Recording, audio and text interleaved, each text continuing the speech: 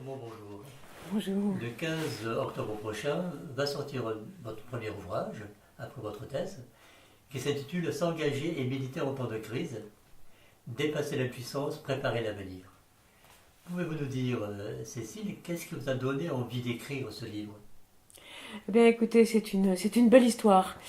Nous étions, mon fils et moi, à Tokyo, dans son bureau, puisqu'il est enseignant-chercheur, et il était là-bas pour 1 an et demi de congé sabbatique pour travailler sur un dictionnaire franco-japonais. Et puis, on était avec son petit dans sa poussette, et comme le petit faisait la sieste, on s'est mis dans son bureau à discuter. Et on a parlé de tout ce qu'il y avait pour lui et pour moi, pour lui d'inquiétude et d'angoisse face aux menaces qui pèsent sur le monde en termes de crise politique, écologique, économique, humaine et spirituelle aussi. Et moi, comment ça pouvait résonner en moi dans ma pratique de psychologue, psychothérapeute, et comment je ressens aussi cette angoisse parmi les personnes que j'accueille de différentes façons. Et le lendemain, il me dit, il faut que tu écrives. Ce souhait était en moi, en germe, depuis des années, c'est vrai. Et je lui ai dit, écoute, j'y vais. Voilà comment j'ai commencé. Votre fils a été l'élément déclenchant Tout à fait, d'un besoin d'écrire tout à qui fait. germait depuis Oui, quelque temps. oui. Voilà. Je voulais dire des choses, je voulais transmettre, je voulais alerter. Et puis, probablement aussi donner des pistes. Des Donner ateliers des pistes. d'opinion sur le Oui, contexte actuel c'est ça. qui est quand même Oui, particulier. c'est ça. C'est ça. Alors, votre livre s'adresse particulièrement à quel public? Alors, mon fils était un bon premier interlocuteur. Justement, je m'adresse à, je vais dire tout public, mais essentiellement à des adultes actifs maintenant, hein, de 50 ans et jusqu'à 20 ans.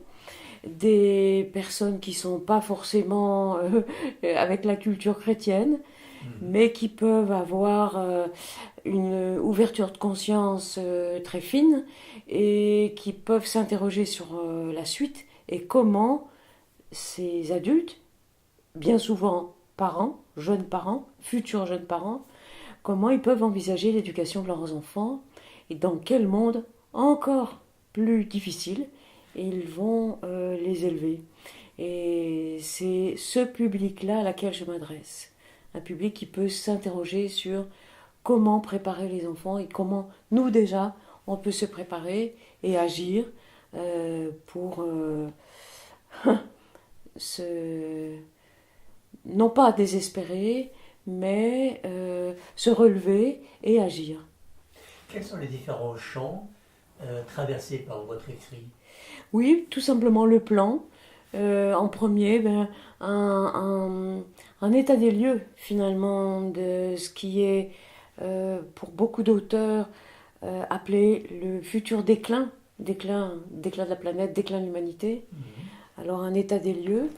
Ensuite, la question aussi essentielle de toutes ces questions essentielles à reprendre, de changer nos représentations, en particulier tout ce qui est de la consommation, de la prédation sur les énergies fossiles, la réussite, la richesse, comment la croissance, tous ces termes-là, comment on peut changer nos représentations au final du bonheur. Ensuite, le premier, ce que j'ai montré du déni de tout ce déclin et de tout cet danger qui nous guette, hein, et qui fait que tout est lissé et on ne s'en occupe pas. Mais dans ma pratique, moi, je vois l'angoisse qui est là et qui agit déjà. Et comment elle peut agir, comment je peux voir des jeunes au bord du suicide ou déjà qui se suicident pour ces raisons-là, ne voyant pas d'avenir au monde. Et puis d'autres parties qui sont plus comme des pistes pour sortir de l'impuissance, que faire?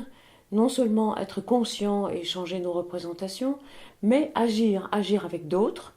Tout le monde peut agir à sa manière, chacun individuellement, mais c'est encore plus fort quand on se rassemble pour agir localement, bien sûr. Je parle de la résilience des territoires qui va être très importante.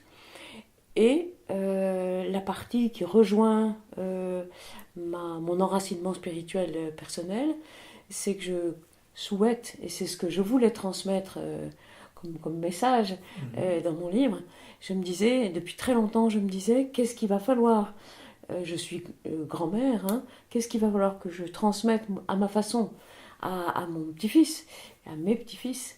Eh bien, c'est ce que j'ai déjà fait pour mes enfants. Premièrement, le sens de l'amitié. Qui dit amitié dit un amour ou une fraternité. Hein, le sens de l'amitié, l'amitié profonde, l'amitié de partage, l'amitié réelle, l'amitié de solidarité. Donc je voudrais vraiment que mon petit-fils et mes petits-fils puissent bénéficier aussi de ça. Et donc dans le livre, que les lecteurs puissent sentir que c'est très important. Et la deuxième, la force intérieure. Puisque si des dangers nous arrivent, il risque d'y avoir des conflits sociaux, ou des conflits entre des fractions de la population. Et il s'agira de ne pas avoir peur, il s'agira de ne pas entrer dans la haine. Et pour ça, c'est important que les enfants puissent développer une force intérieure, ce qui veut dire une vie intérieure, qui soit capable, aujourd'hui, ça passera par les parents, mais de se recentrer, on dit aujourd'hui de méditer, et d'acquérir une sorte de pratique spirituelle ou une pratique personnelle de sagesse qui leur donnera cette force-là en cas d'événements déstabilisants ou paniquants. Ça, c'était vraiment la dernière partie qui était importante pour moi, de conseiller, en tant que psychologue justement, de conseiller les parents pour l'éducation des enfants actuels ou futurs. C'est ça.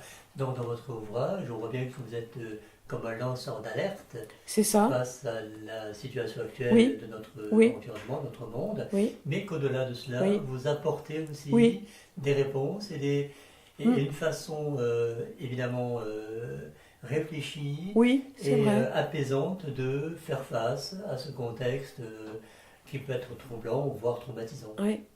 Alors apaisante, je relève votre mot, c'est pas lénifiant, c'est pas c'est réaliste, puisqu'il nous faut vraiment tous être solidaires et forts intérieurement pour relever les responsabilités qui nous incombent aujourd'hui.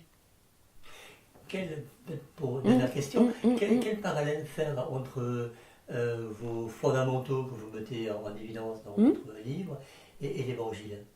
Est-ce qu'on retrouve d'une façon formulée différemment ces fondamentaux également développés dans les écrits évangéliques? Alors, bien sûr qu'on va retrouver, bien sûr que je vais citer l'encyclique du pape François et Laudato Si, qui a été très bien accueillie par mes amis écologistes et mes amis et mes frères chrétiens, mais beaucoup d'autres, très largement. Je cite aussi le Dalai Lama, en ce sens qu'il s'agit aujourd'hui, je l'ai très bien senti quand j'ai écrit, il y a eu un moment d'épreuve quand j'ai lu, parce que j'ai lu beaucoup, ce livre est très référencé, j'ai lu beaucoup. Quand j'ai lu toutes les alertes, justement, des climatologues, des économistes, des financiers, de tous ceux qui travaillent sur les prospectives du monde, quand j'ai lu, je vous avoue que j'ai passé par des moments très noirs. Je crois que je l'ai vécu dans mes tripes, qu'il pouvait y avoir des moments de terreur. Hein. Oui. Mais ensuite, il m'a semblé très bon, et déjà l'action avec d'autres, c'est ce que je connais pour moi-même, et je sais combien c'est aidant d'agir avec les autres, je suis une militante. Mais quand j'ai justement relu aussi l'encyclique ou bien d'autres écrits qui appellent à l'espoir, je me disais, oui, c'est la première fois, dans le fond, dans l'histoire de l'humanité, que comme on est dans une civilisation mondialisée, Mhm. c'est la première fois que le monde entier, enfin l'humanité entière est concernée, est informée que le danger atteint à la fois la planète sur laquelle on vit et à la fois l'humanité sur le plan de l'humain. Et donc c'est un grand rendez-vous pour l'humanité qu'elle doit se saisir de cet événement comme un kéros difficile, mais pour vivre un sursaut d'humanité, un sursaut de fraternité humaine. Donc oui, ça rejoint l'Évangile, puisque l'enseignement principal de l'Évangile, c'est aimez-vous les uns les autres, quand Absolument. même. Absolument. Merci Cécile Autremont de nous faire part de votre regard d'espérance pour notre monde aujourd'hui. Merci Alain. Merci beaucoup.